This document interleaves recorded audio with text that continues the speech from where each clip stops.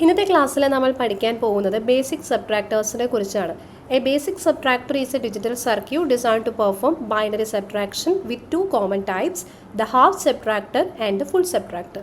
ഒരു സബ്ട്രാക്ടർ എന്ന് പറയുമ്പോൾ ഒരു ഡിജിറ്റൽ സർക്യൂട്ട് ആണ്, അതായത് ബൈനറി സബ്ട്രാക്ഷന് വേണ്ടിയിട്ടാണ് മെയിൻ നമ്മൾ യൂസ് ചെയ്യുന്നത്. അപ്പോൾ നമ്മൾ കഴിഞ്ഞ ക്ലാസ്സിൽ ഫുൾ ആഡർ ഒരു ഹാഫ് ആഡർ പഠിച്ചതുപോലെ തന്നെ സബ്ട്രാക്ടേഴ്സിനും രണ്ട് ക്ലാസിഫിക്കേഷൻ വരുന്നുണ്ട്, ഹാഫ് സബ്ട്രാക്ടർ അതുപോലെ തന്നെ ഫുൾ സബ്ട്രാക്ടർ. അപ്പോൾ ഹാഫ് സബ്ട്രാക്ടർ എന്താണെന്ന് നമുക്ക് നോക്കാം. A half subtractor is a digital circuit that perform binary subtraction of two single bit binary numbers. ഇവിടെ two single bit binary numbersന്റെ binary subtraction ആണ് നടത്തുന്നത്.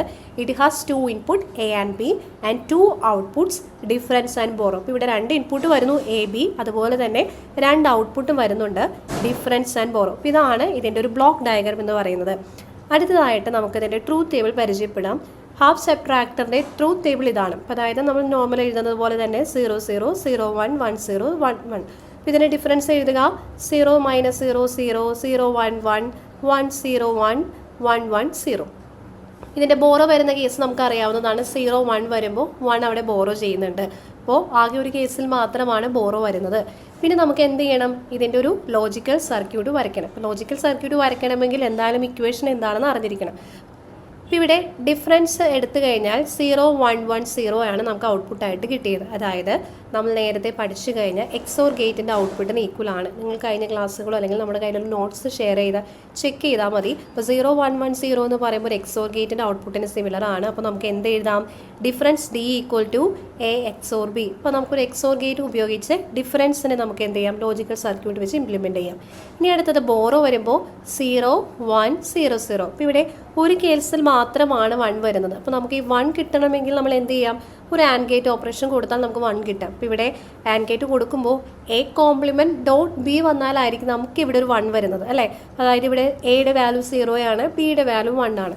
എ കോംപ്ലിമെൻറ്റ് ഡോട്ട് 1 ആകുമ്പോൾ എന്താവും, 1 0 നമുക്ക് 1 കിട്ടും. സോ ഓരോ കേസിലും നമ്മൾ നോക്കുമ്പോൾ ഇവിടെ എയുടെ കോംപ്ലിമെൻറ്റ് 1 ആവുന്നു, 1 0 0.